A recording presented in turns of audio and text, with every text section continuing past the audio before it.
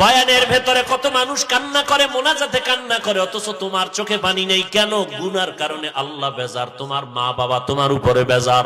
ও পর্দার আড়ালের আম্মা জানেরা, আল্লাহ তাআলা আপনাদের এত সম্মান দান করলেন। আপনারা সমস্ত নবীদের মায়ের মতো মা, আপনারা সাহাবায়ে কেরামদের মায়ের মতো মা, আপনারা হাফেজে কোরআনদের মায়ের মতো মা, আপনারা বড় বড় বড় বড় সম্মানিত সন্তানদের মা, আপনারা এত দামি, এই দুনিয়াতে আপনাদের মতো দামি মা আর কেউ নাই। ওরে আম্মা জান, আপনাদের এত সম্মান, আপনারা আয়েশা রাদিয়াল্লাহু আনহার মতো নারী, আপনারা খাদিজা রাদিয়াল্লাহু আনহার মতো নারী, কলিজার টুকরা নবীর কন্যা ফাতেমা রাদিয়াল্লাহু আনহার মতো নারী, এত সম্মান আল্লাহ আপনাদের দান করেছেন।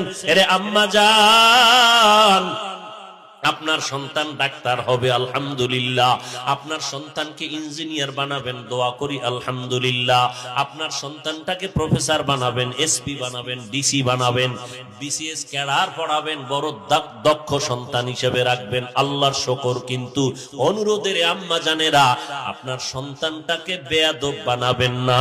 আপনার সন্তানের আচরণে যেন এলাকার কোনো মুরব্বীরা কষ্ট না পায়, আপনার সন্তানের ব্যবহারে যেন কোনো আলেম কষ্ট না পায়, আপনার সন্তানের ব্যবহারে যেন কোনো যুবক কষ্ট না পায়, বরং এমন আদর্শওয়ালা সন্তান রেখে যাবেন, ডাক্তার হলেও যেন সবাই দোয়া করে, ইঞ্জিনিয়ার হলেও যেন তার আচরণে সবাই দোয়া করে, একজন প্রফেসর হলেও যেন সবাই দোয়া করে। আর এই রকম আদর্শ সন্তান যদি দুনিয়াতে রেখে যাইতে চান, আম্মা জান আব্বা জানেরা, আপনাদের আগে আদর্শওয়ালা হতে হবে। 5 বেলার নামাজ পড়িয়া সন্তানের জন্য দোয়া করতে হবে, সন্তানকে বুঝাতে হবে নামাজ 5 ওয়াক্ত পড়বে, যে যেই লাইনেই থাকুক না কেন, এক বেলার নামাজ বন্ধ করা যাবে না, দাড়ির মধ্যে অস্ত্র লাগানো যাবে না, নামাজ 5 বেলার পড়বে, মা বাবার দোয়া নিয়ে চলবে, ওলামায়ে কেরামের দোয়া নিয়ে চলবে, আল্লাহর মোহাব্বত নিয়ে চলবে, নবীর সুন্নতের বিপরীত লাইনে চলবে না। ও যুবক, ওই মা বাবার দোয়া নিয়ে সামনে আগাও, একটু অন্তরকে বুঝাও। তোমার আমার মতো যুবক যদি স্কুল কলেজে পড়ে, চাকরি করে, ব্যবসা করে, যদি হালাল খায়, দাড়ি রাখে, নামাজ পড়ে, আমি কেন পারবো না?